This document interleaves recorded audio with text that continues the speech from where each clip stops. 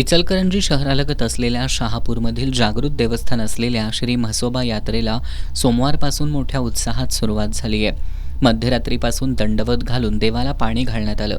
त्यानंतर सकाळी 6ला अभिषेक करून मंदिर दर्शनासाठी खुलं करण्यात आलंय.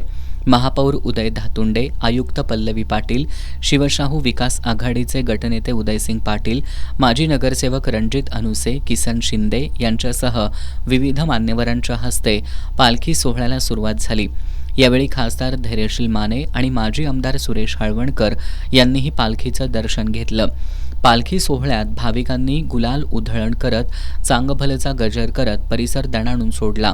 महिलांनी नैवेद्याची शिदोरी डोक्यावर घेऊन पालखी सोहळ्यात सहभाग नोंदवला. यावेळी भाविकांनी दर्शनासाठी गर्दी केली होती. भाविकांना सुलभ दर्शन घेता यावं यासाठी मंदिर समितीनं नियोजन केलं होतं. यात्रेदरम्यान लहान मुलांसाठी विविध प्रकारचे पाळणे, प्रसादाचे स्टॉल आणि खेळण्याचे स्टॉल्स लावण्यात आले होते.